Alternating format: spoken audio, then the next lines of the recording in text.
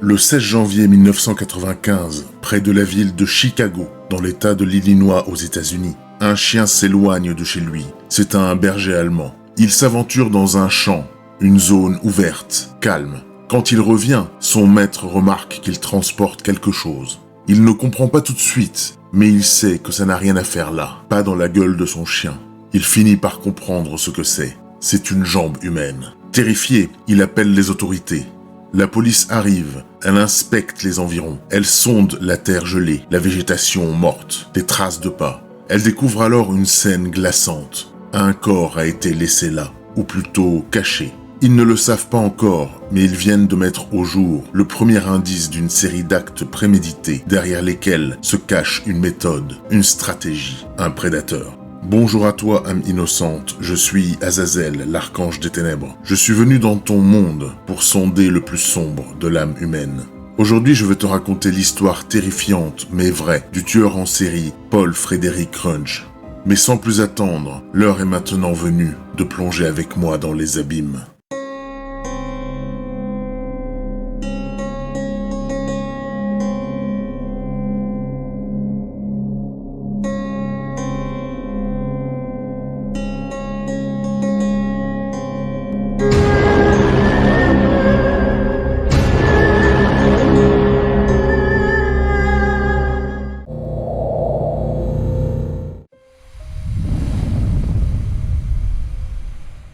Paul Runge naît le 28 janvier 1970 dans la petite ville d'Oak Forest, à une vingtaine de kilomètres au sud de Chicago, dans l'État de l'Illinois, aux États-Unis. C'est une banlieue tranquille, loin des fureurs urbaines, où les hivers sont longs et les maisons alignées comme des copies conformes d'une vie normale. Il grandit dans une famille qui n'attire pas l'attention, mais derrière les fenêtres fermées, l'atmosphère est moins lisse qu'elle en a l'air. Son père est une présence discrète, pas absent, pas violent, juste loin. Un homme silencieux, usé par la routine, qui rentre du travail, le regard baissé, qui parle peu et regarde moins encore. Il n'a pas l'aura d'un pilier, il n'a ni l'énergie pour éduquer, ni la tendresse pour apaiser. Il est là comme une ombre permanente, fondue dans le décor. La mère, elle, fait ce qu'elle peut. Elle prend en charge le foyer, les courses, les horaires, les règles. C'est elle qui tient la maison à bout de bras. Une femme forte mais épuisée. Et au centre de tout cela, Paul. Un enfant qui ne crie pas et qui ne déborde jamais. Il semble toujours à distance, même quand il est là. À l'école, il est moyen, ni brillant, ni en échec, juste invisible dans la cour. Il ne joue pas avec les autres, il reste à part. Il ne semble pas en manque d'affection, mais plutôt en manque d'adhésion. Comme si le monde qui l'entoure ne lui parlait pas. Comme s'il ne trouvait aucun sens dans ce qu'on attendait de lui. À la maison, il est obéissant, mais froid. Il répond aux questions, mais ne pose jamais les siennes. Il ne demande rien et ne réclame rien. Parfois, sa mère le fixe longuement, comme pour y déceler une étincelle d'émotion, mais il n'y a rien à lire. En grandissant, son comportement ne s'adoucit pas. Il s'affine. Sa façon de regarder les gens devient plus fixe, moins curieuse, plus technique. Comme s'il observait non pas pour comprendre, mais pour mesurer. Il ne semble pas éprouver de joie, ni de peur, ni de colère, juste une forme de contrôle. L'adolescence arrive et avec elle, une sorte de tension sourde. Pas de crise ouverte, pas de violence visible, mais des signaux que certains entourages sauraient reconnaître. Des intérêts qui s'assombrissent, des lectures, des images et des attitudes qui s'éloignent des codes. Sa mère, de plus en plus inquiète, tente parfois de le ramener à la surface, mais le dialogue n'existe plus, s'il a jamais existé. Et puis, en 1987, l'impensable arrive. Sa mère meurt subitement. L'événement n'est pas seulement un drame familial, c'est une fissure définitive dans l'unique point d'ancrage émotionnel que Paul semblait posséder. Après sa disparition, ceux qui l'ont connu disent avoir remarqué un changement radical, comme si l'échelle des émotions était définitivement éteinte en lui. Il reste avec son père, mais la relation n'existe pas. Les jours passent comme s'ils étaient tous identiques. À 17 ans, Paul Runge est seul dans un monde qu'il ne semble ni craindre ni apprécier, juste observer, comme un territoire à déchiffrer ou à contrôler. Nous sommes en 1987. Paul a 17 ans. Cela fait quelques mois que sa mère est décédée. Elle était tout pour lui, même s'il ne l'avait jamais dit. Depuis l'enfance, elle avait été le point fixe autour duquel tout s'équilibrait. Son regard, son odeur, sa présence, c'était le seul lien concret qu'il avait avec ce monde. Lorsqu'elle a disparu, c'est comme si une pièce maîtresse avait été retirée d'un échiquier déjà désordonné. Après l'enterrement, quelque chose en lui se fige. Plus de mots, plus d'envie, seulement des jours qui s'étirent, identiques, faits de longues heures dans sa chambre, de marches sans but dans les rues de la ville et de pensées qui prennent de plus en plus de place dans sa tête. Des pensées qu'il ne comprend pas toujours, mais qu'il ne tente même plus de repousser. Son père est là, techniquement présent, mais inaccessible. Un homme usé par les événements, désarmé par le chagrin, incapable de se tourner vers son fils. Ils se croisent dans la cuisine sans se parler. Parfois, ils se regardent, c'est comme si chacun attendait que l'autre fasse un pas, mais aucun ne bouge. Dans cette maison, il n'y a plus de vie, plus de dialogue, juste une forme d'attente glacée, comme si tout était suspendu à quelque chose qui n'arrive pas. Paul passe de plus en plus de temps seul, à lire, à observer, à imaginer. Il développe des fantasmes complexes où le contrôle de l'autre devient centralement présent. Dans son esprit, le monde extérieur n'est plus qu'un décor, peuplé de figures qu'il peut déplacer comme des marionnettes dans un scénario où lui seul écrit les règles. Il n'y a pas de cri, pas de déclic brusque, mais plutôt une dérive lente, comme une décomposition intérieure. Un jour, il passe à l'acte. Il ne planifie pas grand-chose, mais il sait ce qu'il veut. Il croise une jeune adolescente dans la rue. Il engage la conversation avec elle. Il se montre charmant. Il utilise des mots répétés dans sa tête depuis des semaines. Il a l'apparence de la normalité. Mais derrière, tout est calculé. Elle ne se méfie pas. Il la met en confiance. Puis, lorsque le moment lui semble favorable, il prend le contrôle. Il lui impose une expérience qu'elle n'a jamais consentie. Elle survit. Et plus tard, lorsqu'elle parle à la police, Paul est arrêté. Lors de l'interrogatoire, il ne nie pas, mais il ne regrette rien non plus.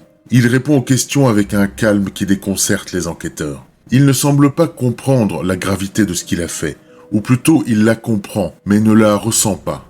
Les experts psychiatres mandatés par la justice parlent d'un profil atypique. Ils détectent des traits de contrôle, d'insensibilité, de domination. Certains évoquent même une formulation précoce de cruauté. Un terme qui désigne non pas un simple trouble, mais une tendance durable à associer le pouvoir sur l'autre, à une formation déséquilibrée du désir. Plus tard, il est condamné à 14 années de prison. Lorsqu'il entre dans l'univers pénitentiaire, il n'a que 17 ans. Mais aux yeux du système, c'est déjà un homme dont personne ne sait encore de quoi il est vraiment capable. Il n'a pas encore tué, mais la suite semble inéluctable. Lorsqu'il entre en prison en 1987, Paul n'a que 17 ans. C'est un jeune homme aux épaules étroites et au regard fixe. Il ne fait pas de vagues. Dans les couloirs du centre de détention, il apprend vite à se fondre dans le paysage. Les années passent et il ne change pas en apparence. Il devient un détenu exemplaire, un de ceux qui ne posent pas de problème, qui acceptent les règles, qui donne l'impression d'être en train de se reconstruire. Mais à l'intérieur, rien ne se répare, rien ne guérit. Il n'y a pas de rédemption, seulement du temps qui s'écoule et des pensées qui s'organisent et qui s'assombrissent. Certains gardiens le décrivent comme calme, presque trop. Il ne s'attache à personne. Il lit beaucoup, il note des choses, il réfléchit. Il développe une routine parfaite. Tous les jours, les mêmes gestes, les mêmes rituels. Une vie minimaliste. Mais derrière ce rythme apparemment apaisé, il y a un combat intérieur qui ne dit pas son nom. Un conflit sourd qu'il ne partage avec personne, mais qui grandit en lui. Il se met à refaire les scènes dans sa tête. Il revisite les moments où il a pris le contrôle sur cette jeune femme. Il ne les regrette pas. Il les analyse. Il les déconstruit et les reconstruit. En mai 1994, après 7 années passées derrière les barreaux, Paul est libéré sur parole. Il a 24 ans. Il sort calme et prêt à donner l'image d'un homme qui a compris de ses erreurs. Il est enregistré comme ancien agresseur et doit respecter des contraintes précises. Mais personne ne détecte le piège. Personne ne doute de lui. Très vite, il reprend une vie normale. Il trouve un logement, un emploi temporaire et se montre ponctuel, appliqué, courtois. Il semble avoir trouvé une nouvelle stabilité. Puis, la même année, il se marie. Sa femme ignore tout de sa nature profonde. Elle ne voit qu'un homme tranquille, attentif, peut-être un peu fermé, mais présent. Elle lui fait confiance, elle l'accompagne dans son quotidien, dans ses projets. Il commence à passer des annonces pour visiter des maisons, faire des achats, chercher des opportunités. De l'extérieur, ils sont un couple banal.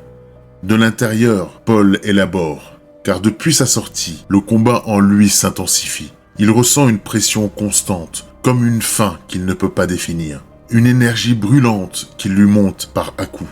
Il tente de l'ignorer, mais elle revient. Elle s'installe, elle prend place dans ses pensées, dans ses habitudes. Le soir, il reste longtemps éveillé. Il imagine des situations, des scénarios, des mises en scène. Ce n'est pas de la colère, c'est un besoin de contrôle, un besoin d'avoir le pouvoir total sur une autre personne. Il ne l'exprime pas, mais il le porte en lui, comme une machine préparée depuis des années, et qui attend sa première occasion pour se déclencher. À ce moment-là, il ne tue pas encore, mais tout est en place. L'alibi de l'homme stable, la routine, la compagne, les contacts, les lieux repérés. Il n'a besoin que d'un prétexte, une porte ouverte, un signal. Et un jour, ce qui devait arriver allait inévitablement arriver.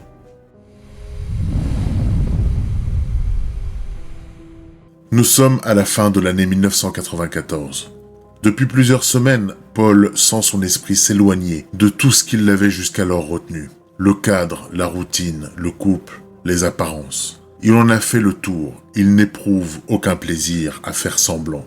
Il éprouve une pression continue, souterraine, comme une décharge qui ne trouve aucune sortie.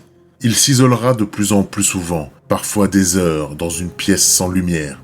Il répète dans sa tête ce qu'il pourrait faire, comment et à quel moment. Ce n'est pas une pulsion, c'est une étape. Il ne veut pas simplement dominer, il veut effacer, réduire à rien, faire disparaître non seulement la personne, mais la preuve de sa présence dans ce monde. Dans son esprit, cela ne lui semble pas absurde, cela lui semble juste, logique, presque naturel. Et en ce début d'année 1995, une occasion se présente. Stacy Frobel, 25 ans, vit dans la même région que lui, dans la banlieue de Chicago. Le 3 janvier, elle passe une soirée chez une amie. Là, elle fait la connaissance de la compagne de Paul. L'ambiance est calme, l'alcool coule un peu. Il n'y a aucune tension. Dans la nuit, Stacy décide de partir avant les autres. Elle ne rentre pas chez elle. Elle disparaît. Les jours suivants, personne ne la voit. Son entourage s'inquiète, la police est alertée, mais il n'y a pas de piste, pas de scène de crime, pas de traces. Ce qu'ils ne savent pas, c'est que Stacy a été attirée dans l'appartement de Paul Runge. Il l'a piégée, il a fermé la porte, il a pris le temps. Il ne l'a pas seulement agressée, il l'a supprimée, puis il la découpe méthodiquement. Il sépare, il range, puis il sort, il dépose les fragments de son crime loin de chez lui, à plusieurs kilomètres de là, dans un champ, à Wadsworth, près de la frontière avec le Wisconsin. Il pense que personne ne remontera jusqu'à lui, puis il rentre chez lui comme si de rien n'était. Dans sa tête, il ne ressent pas de culpabilité, il ne ressent pas de joie non plus, mais il ressent une chose nouvelle, le calme. Le 16 janvier, un chien revient chez ses maîtres en portant un bout de sa victime dans sa gueule. La police est appelée, elle boucle la zone. Les tests ADN permettent d'identifier la victime. C'est bien Stacy Frobel. La nouvelle se répand, mais à ce moment-là, il n'y a aucun nom, aucun témoin, aucun lien avec Paul. Il est toujours libre. Il regarde les infos, il entend parler de l'enquête et sait qu'il peut recommencer. Paul n'a rien dit après le premier meurtre. Il n'a pas changé ses habitudes. Il a continué à faire ses courses, à saluer ses voisins, à tenir son rôle. Mais dans sa tête, tout est différent. Il ne cherche pas à reprendre une vie normale. Il ne fait pas comme si c'était une erreur. Pour lui, c'est un début, une expérience réussie. Il a testé sa méthode. Il a étudié le processus. Il a observé la réaction des autres. Personne n'est venu frapper à sa porte. Personne ne l'a questionné. Il en tire une conclusion simple. C'est possible. Faire disparaître une vie, contrôler une situation jusqu'à son extinction. Il se répète que tant qu'il gère tous les détails, il ne risque rien. C'est un jeu de précision. Il n'a pas peur. Il a pris confiance. Plus tard, l'été arrive. Nous sommes en juillet 1995. Les jours sont chauds, longs, lourds. Paul et sa femme publient des annonces pour des logements à louer. C'est un prétexte, une technique. Ils attirent les visiteurs dans un appartement prétendument disponible. Ils le font plusieurs fois et un jour, deux jeunes femmes se présentent. Dženeta et Amela Pazanbegović, âgées de 22 et 25 ans. Elles sont sœurs. Elles viennent de Bosnie. Elles cherchent à s'installer dans la région. Leur accent est léger, leur politesse désarmante. Elles ne se doutent de rien. Elles ne savent pas que derrière la porte de cet appartement, il y a un piège. Les détails précis ne sont connus que de lui, mais les éléments retrouvés plus tard permettent de comprendre ce qui s'est passé. Il a abusé d'elle. Il a pris le contrôle. Il a agi comme il avait prévu de le faire. La violence ne semble pas l'avoir perturbé. Il ne s'est pas emballé. Il a fait ce qu'il avait à faire, et une fois les deux jeunes femmes privées de vie, il a appliqué la même logique que pour la première victime. Faire disparaître les corps, effacer tout ce qui pourrait être retrouvé. Il ne les enterre pas, il ne les cache pas dans sa maison. Il les fragmente, il les déplace et il attend. Quand la police est alertée de la disparition des sœurs, elle ne trouve rien. Pas de scène de crime, pas de témoins. Mais leur dernier contact remonte à un couple qui proposait des logements à visiter. Ce couple, c'est Paul Runge et sa femme. Ils sont interrogés, ils donnent des réponses, rien de suspicieux. Les enquêteurs n'ont pas de mandat, ils n'ont pas de corps, pas de preuves. L'affaire est donc temporairement mise de côté. Mais le nom de Paul est inscrit quelque part. Une première trace dans un dossier. Lui, il ne s'arrête pas, il n'a plus d'hésitation. Les meurtres sont devenus une structure. Un réflexe, une méthode de construction personnelle. Il en a besoin et il sait maintenant comment faire. Après le double meurtre des sœurs Pazanbegović, Paul Runge fait une pause. Pas pour oublier, pas par remords, mais par stratégie. Il se replie, il refait le fil, il réécoute ce qu'il a fait dans sa tête, il analyse ses erreurs. Il détermine ce qui a marché, ce qui lui a laissé du temps, ce qui a laissé des traces. Il reste calme. Il ne prend pas de risques. Il donne l'image d'un homme intégré, discret, toujours en couple, toujours sans histoire. Il laisse le temps passer, des mois. En surface, il n'y a rien, mais dans sa tête, le mouvement continue. Il recherche la perfection. Il ne veut plus simplement tuer, il veut que rien ne reste, ni la victime, ni la mémoire, ni la scène. Nous sommes maintenant en janvier 1997. Il fait froid, l'hiver est sec, tranchant. À Chicago, Dorota Dziubak, 30 ans, vit seule. C'est une femme indépendante, forte, travailleuse. Elle est originaire de Pologne. Elle vit dans un appartement, elle travaille dans le nettoyage industriel. Ce jour-là, un homme frappe à sa porte. Elle ouvre. C'est Paul. Dès l'ouverture de la porte, Paul se jette sur elle. Ce qu'il fait ensuite, il l'avait déjà dessiné dans sa tête des dizaines de fois. Il est venu préparé, il utilise la même technique. Il l'agresse, la domine, l'étouffe, puis il utilise une nouvelle méthode, le feu. Il met le feu à l'appartement, puis quitte les lieux. Il ne veut plus cacher, il veut détruire, faire disparaître les preuves. Le feu lui donne une nouvelle maîtrise. Il peut tout faire fondre, effacer même les murs. Les secours sont appelés, l'incendie est maîtrisé et le corps retrouvé. La police n'a aucune idée de l'identité de l'auteur. L'incendie a fait disparaître les indices. Pas d'empreinte ni de témoin qui ait vu quelqu'un. Paul regarde les infos depuis chez lui. Sa femme est à côté. Elle ne sait rien. Elle ne devine rien.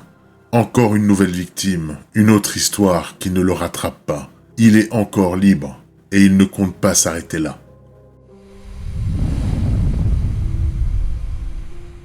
Lorsque les pompiers interviennent dans l'appartement de Dorota Dziubak, ce n'est qu'un feu de plus au milieu de l'hiver. Un appartement en flammes, une victime à l'intérieur et aucun témoin. Les premières conclusions sont simples. Une femme vit seule, un feu dans la cuisine ou une chaufferette mal entretenue, et la tragédie suit. Il y a des signes qui pourraient inquiéter, mais ils sont difficiles à isoler. Les restes du corps sont abîmés par les flammes. L'autopsie révèle des signes de violence potentielle, mais les dégâts thermiques rendent tout fluctuant. Les policiers ne peuvent rien affirmer. Ils parlent entre eux, ils émettent des hypothèses, mais ils ne font pas de connexion avec d'autres dossiers. il ne lie pas ce feu au corps retrouvé à Wadsworth 2 ans plus tôt. À l'époque, ce premier dossier reste classé comme une disparition suivie d'une découverte fragmentaire. Pas de scène de crime, pas de cause de la mort établie, pas de nom de suspect. Pour les autorités, il n'y a rien qui rapproche l'incendie de janvier 1997 aux affaires de 1995. La double disparition des sœurs Hasanbegović, elle aussi, n'a laissé aucune trace matérielle. Aucun corps, aucun lieu, aucune preuve. Elle repose dans un tiroir, suspendue, en attente d'un éventuel rebond. Alors les enquêteurs ne voient pas, ils ne peuvent pas voir. Il leur manque les éléments pour tisser le fil. Paul, à ce moment-là, n'est sur aucun radar. Pourtant, il a déjà agi 3 fois. Il a pris 3 fois le contrôle. Il a détruit, il a fait disparaître, et il a attendu. Chaque fois, il s'est éloigné sans être vu. Pour la police, il n'existe pas encore. Mais ce qui change désormais, c'est la technique, le feu. Le feu qui masque, qui détruit, qui réduit tout en cendres. Le feu qui, pour la première fois, entre dans sa méthode. Pour la première fois, il laisse une signature. Et même si la police ne la décrypte pas encore. Au fil des semaines, Paul accélère. Son processus est rodé. Son rythme s'installe. Il n'a plus besoin de réfléchir longtemps. Tout est déjà en place dans sa tête, comme une routine interne qu'il suffit d'activer. En février 1997, il cible une femme dans un quartier calme. Yolanda Gutiérrez, 45 ans. Elle vit avec sa fille de 10 ans, Jessica Muniz. Elles sont discrètes, tranquilles. Il entre en contact avec elle par une annonce, un faux intérêt pour un service. Le 3 février, il frappe à leur porte et entre dans l'appartement. Ce qui se déroule ensuite n'est connu que de lui, mais le résultat est toujours le même. Un contrôle absolu, une disparition totale, puis le feu. Ce feu qu'il utilise maintenant comme une signature. L'appartement est ravagé. Les pompiers interviennent trop tard. Les corps sont retrouvés parmi les débris. La scène est déformée, brûlée, impossible à lire avec précision. La police ouvre un dossier, mais il ne mène nulle part. Il n'y a pas de témoins, juste des cendres et des questions. Et Paul, lui, est déjà passé à autre chose. Le mois suivant, en mars, il refait surface sous une autre identité. Un autre prétexte, une autre cible. Il s'introduit chez Casemira Parush, 43 ans. Même procédé. Il se présente, il gagne du temps, il fait tomber la méfiance, puis il agit. Il n'a plus besoin d'hésiter. Il connaît chaque étape, chaque geste. Et quand tout est terminé, il met le feu puis quitte les lieux. Il marche comme un homme ordinaire dans une rue ordinaire. Mais derrière lui, le feu monte. Les flammes ne font pas de bruit, mais elles parlent pour lui. Elles disent ce qu'il ne dira jamais. Elles couvrent ses pas, effacent ses empreintes, brûlent ce qu'il laisse. Elles sont son refuge.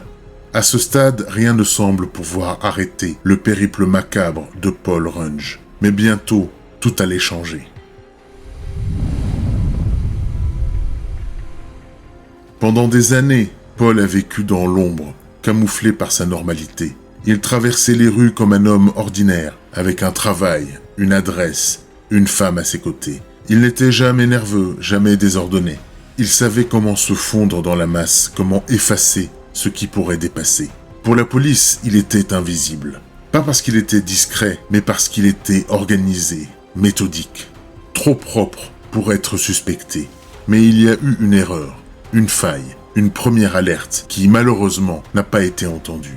C'était quelques années plus tôt, nous étions en 1995, au moment où les deux sœurs Zeneta et Amela Hasanbegović ont disparu sans laisser de traces, après avoir répondu à une annonce pour un logement. Les enquêteurs ont immédiatement exploré une piste simple, vérifier si des hommes connus pour des antécédents judiciaires récents étaient dans la zone. Et parmi les noms qui sont sortis, il y avait le sien, Paul Runge.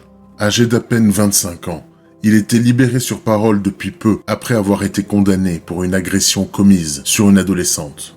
Il vivait non loin de là, et surtout son nom apparaissait sur l'annonce à laquelle les deux sœurs avaient répondu.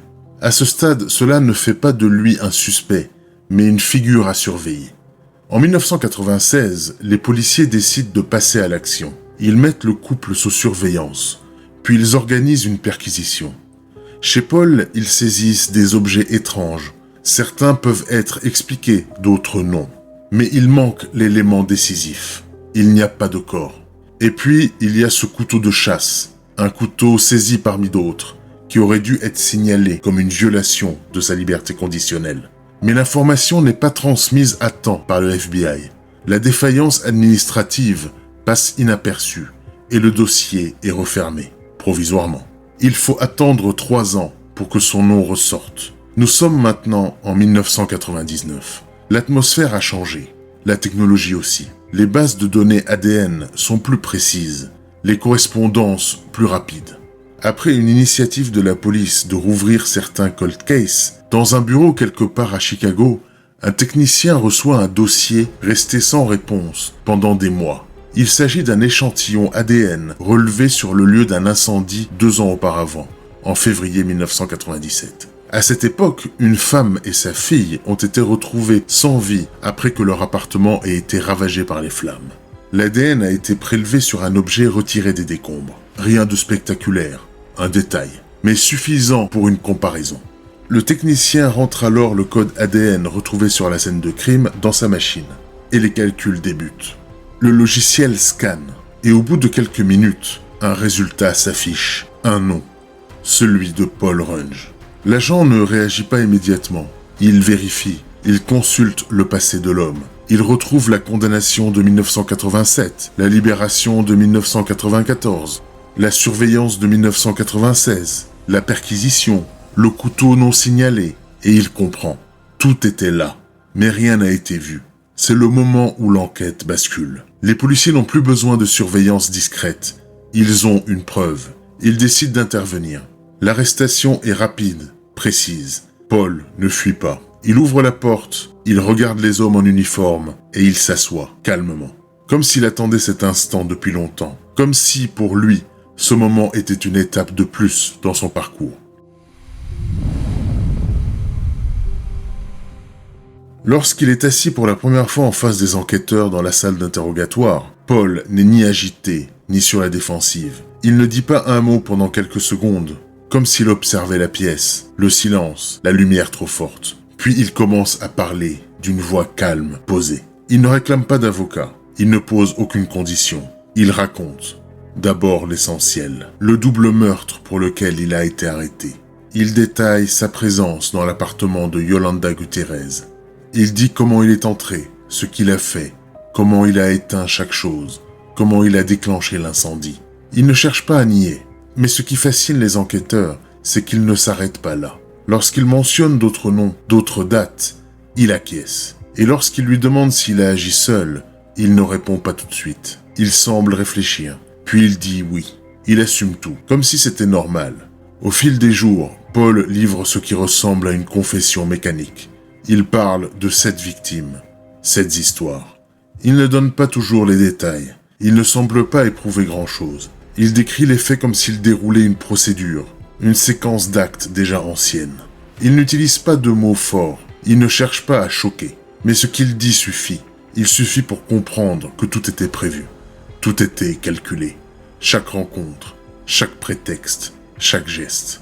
En 2001, il est formellement inculpé pour le double meurtre de Yolanda Gutiérrez et de sa fille, Jessica Muniz. L'affaire est solide. Il y a les aveux, il y a l'ADN, il y a les dates, les objets, les preuves. Le procès s'ouvre 5 ans plus tard, en 2006. C'est long, mais nécessaire. Les familles veulent des réponses. La justice veut être sûre. Lorsque le procès commence, la salle est comble. Les visages sont fermés. Les témoins parlent, les experts décrivent. Le juge écoute. Paul, lui, ne dit pas grand-chose. Il reste droit, impassible, comme s'il observait un théâtre étranger. À la fin, le verdict tombe, comme une évidence. Condamnation à mort. Mais plus tard, en 2011, le contexte politique change. L'État de l'Illinois abolit la peine capitale. Alors sa sentence est commuée en prison à vie. Il ne sera pas exécuté. Il sera enfermé pour toujours. Aucune possibilité de libération, aucune révision. Plusieurs autres affaires ne seront jamais jugées. La justice estime que ce verdict suffit. Mais pour certaines familles, ce n'est pas assez. Il y avait d'autres victimes, d'autres vies, d'autres vérités qui resteront dans l'ombre. Voici donc l'histoire de Paul Runge. Un homme qui a porté le masque de la normalité tout en cachant des pulsions dévastatrices. Il a ciblé, trompé et détruit des vies sans jamais montrer le moindre remords. Derrière chacun de ces actes, il y avait des noms, des visages, des familles, des mères, des sœurs, des enfants qui ne rentreront jamais chez eux. Pour ceux qui restent, il n'y a pas de paix, il n'y a pas de justice totale. Il y a des absences, des questions, des dates qui ne s'effaceront jamais. Paul Runge est enfermé à vie. Il ne parle que par choix. Il dévoile ce qu'il veut et garde le reste comme s'il voulait conserver une dernière forme de pouvoir, une dernière zone d'ombre. Si tu as aimé cette vidéo, n'hésite pas à t'abonner à la chaîne et à activer la cloche pour recevoir les notifications. Tu peux aussi me suivre sur mes différents réseaux sociaux pour ne rien manquer de mes actualités. Tu peux aussi cliquer sur l'une des vidéos qui s'affichent en haut de ton écran. Des histoires tout aussi froides, vertigineuses et réelles, des plongées dans l'esprit de ceux qui ont dépassé toute limite. Je suis curieux d'avoir ton avis sur cette affaire dans les commentaires de cette vidéo. Pour ma part, je te donne rendez-vous très bientôt pour une nouvelle histoire terrifiante. À très vite dans tes cauchemars.